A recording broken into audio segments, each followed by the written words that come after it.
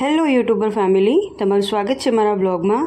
તો આજે રેસીપી લઈને આવી છું રગડા પાણીપુરીની। તો રગડા પાણીપુરી બનાવવા માટે મેં 200 ગ્રામ જેટલા વટાણા લીધા છે।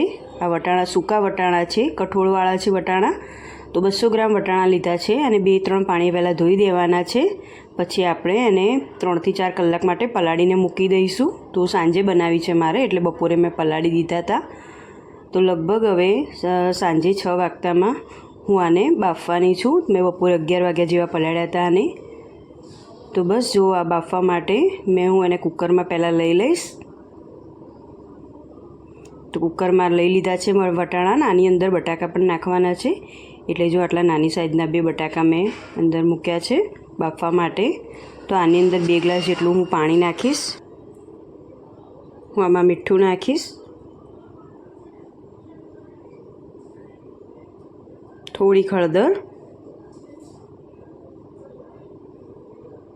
એને બાફવા માટે મૂકી દઈશ। લગભગ 4 સીટી વગાડીશ, 4 થી 5। તો એને બાફવા માટે મેં મૂકી દીધો છે। વટાણા બફાય ત્યાં સુધી આપણે પાણીપુરીનું પાણી બનાવી દઈશું। તો ડ્રાય ફુદીનો છે, જે સુકવણી કરીને ડબ્બામાં ભરી દીધો છે, આનું જ પાણી બનાવવાનું છે। તો જો અહીંયા 4 થી 5 સીટી વાગી ગઈ હતી, એટલે મેં ગેસ થોડો ધીમો કરી દીધો છે અને ધીમા ગેસ ઉપર લગભગ 5 થી 6 મિનિટ રાખવાનું છે। તો એકદમ ધીમો કરી દીધો છે। તો આ ડ્રાય ફુદીનાને આપણે એક વાસણમાં કાઢી લઈશું અને પહેલાં આપણે એને પલાળીને મૂકવાનું છે, લગભગ અડધો કલાક જેટલું। એમાં એક લીલું મરચું નાખીશું અને આને પલાળીને મૂકી દઈશું।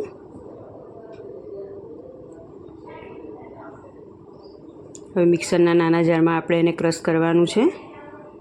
તો બસ અડધો કલાક થઈ ગયો, તો પછી આપણે એને મિક્સરના જારમાં મેં લઈ લીધું છે। એની અંદર ફુદીનો, લીલું મરચું, લીંબુ, જીરું છે આખું અને થોડુંક મીઠું એ ક્રશ કરી દેવાનું છે। તો જો આ રીતે પેસ્ટ થઈ જશે, હવે આપણે ઠંડુ પાણી લેવાનું છે। તો બસ વટાણા પણ બોઇલ થઈ ગયા હતા, એટલે ગેસ બંધ કરી દીધો। તો આપણે લગભગ 2 ગ્લાસ ઠંડુ પાણી લેવાનું છે। તો 2 ગ્લાસ જેટલું પાણીનું મેં અહીંયા પાણીપુરીનું પાણી બનાવ્યું છે। તો બસ જો આ રીતે મિક્સ કરી દીધું છે। તો એની અંદર હું સંચળ પાવડર નાખીશ અને આ એવરેસ્ટનો પાણીપુરી મસાલો છે એ અંદર હું નાખીશ, લગભગ 1 ચમચી જેટલો, 1 થી 1.5 ચમચી જેટલો એ નાખ્યો છે મેં। મિક્સ કરી દઈશ। હવે ગળણીની મદદથી હું વ્યવસ્થિત ગળી દઈશ। તો મેં ગળી દીધું છે વ્યવસ્થિત, બરાબર આપણે ગળી લેવાનું છે।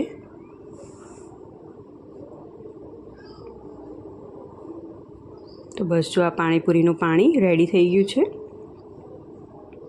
તો હવે આપણે ગળ્યું પાણી બનાવશું। એના માટે ખજૂર અને આંબલી લેવાની છે, એમાંથી બધા ઠળિયા કાઢી દેવાના છે અને ગેસ પર ગરમ પાણી મૂકવાનું છે અને પાણી ઉકળે પછી તરત જ ખજૂર આંબલીને નાખી દેવાની છે અંદર અને ગેસ બંધ કરવાનો છે।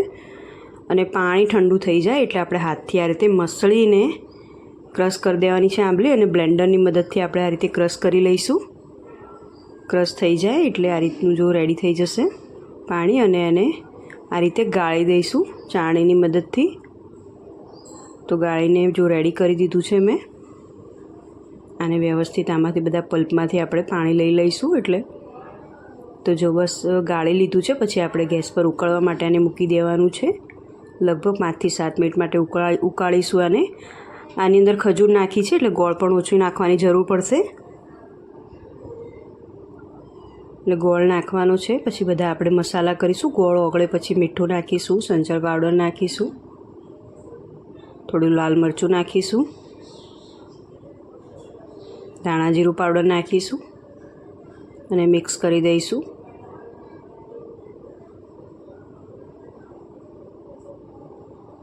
લગભગ 5 થી 7 મિનિટ ઉકાળી દઈશું અને પછી ગેસ બંધ કરી દઈશું, એટલે ગળ્યું પાણી રેડી થઈ જાય। આ ગળ્યું પાણી, ખટમીઠું પાણી આપણે જે પાણીપુરીનું પાણી બનાવ્યું છે એની અંદર 2 ચમચી નાખીશું। તો બસ રેડી થઈ ગયું છે ગળ્યું પાણી અને તીખું પાણી। હવે આપણે રગડો બનાવીશું। તો જો વટાણા બફાઈ ગયા છે, વટાણા અને બટાકા, તો એ ઠંડા થઈ ગયા છે। જો આ રીતના બાફી દેવાના, વટાણા આખા રહે એ રીતે જ બાફવાના। એકદમ એનો માવો, એકદમ ફાઇન માવો ના થવો જોઈએ। જો આ બટાકા છે અને આ રીતે મેં પેસ્ટ બનાવી દીધી છે અને એને વટાણાની અંદર આ રીતે હું મિક્સ કરી દઈશ।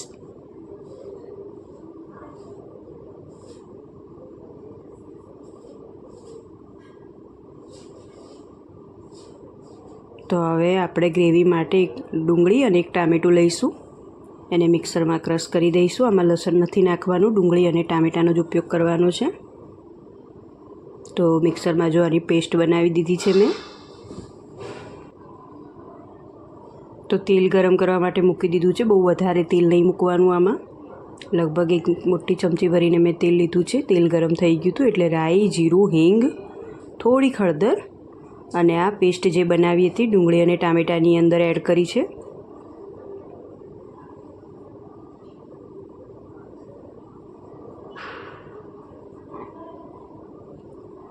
વ્યવસ્થિત મિક્સ કરી દઈશું બધું અને આ ગ્રેવીને થોડીક વાર ચડવા દઈશું. હવે એમાં ટેસ્ટ પ્રમાણે મીઠું, મરચું આપણે એડ કરીશું. બહુ વધારે મરચું નહીં નાખવાનું, થોડું જ નાખીશું, જેથી નાના બાળકો પણ જો ખાઈ શકે. હવે આ જે રગડો છે આપણે અંદર એડ કરી દઈશું ને આ કુકરમાં થોડુંક પાણી નાખીશું. 1 ગ્લાસ એ રગડાની અંદર આપણે એડ કરવાનું છે. આ રગડું પડ્યું એકદમ જાડું થશે એટલે આમાં થોડુંક પાણી વધારે જ નાખવાનું.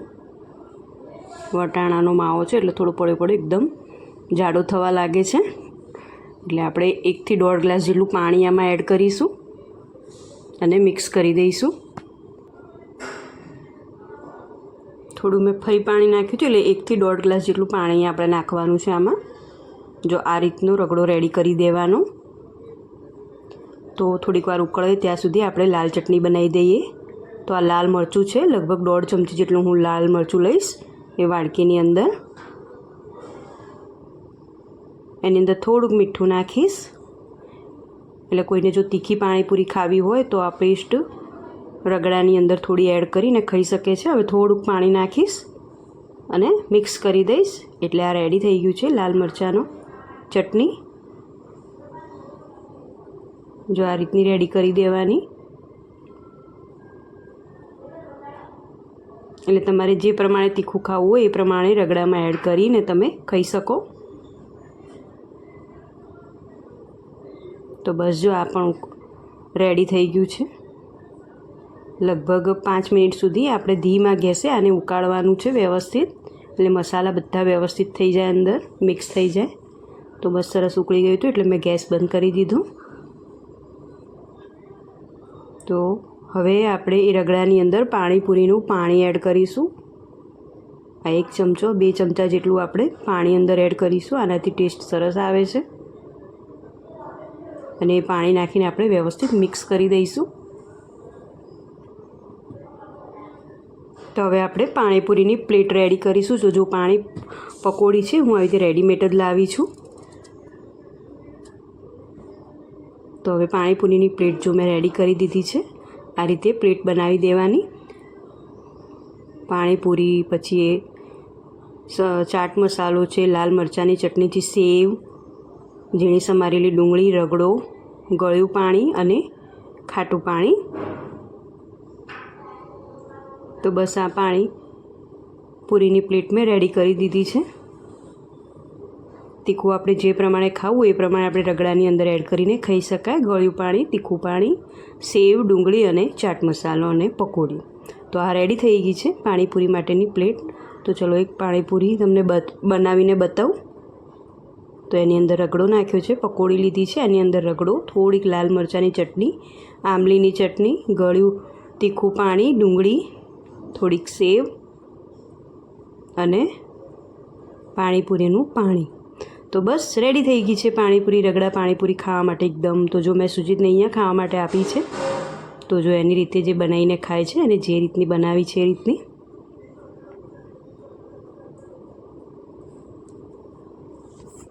અને તમને જો મારા વિડીયો પસંદ આવતા હોય તો લાઇક, શેર ને સબસ્ક્રાઈબ કરો, કોમેન્ટ પણ કરો. તો ચલો મળીએ એક નવા વિડીયોમાં. ત્યાં સુધી આવજો. જય શ્રી કૃષ્ણ.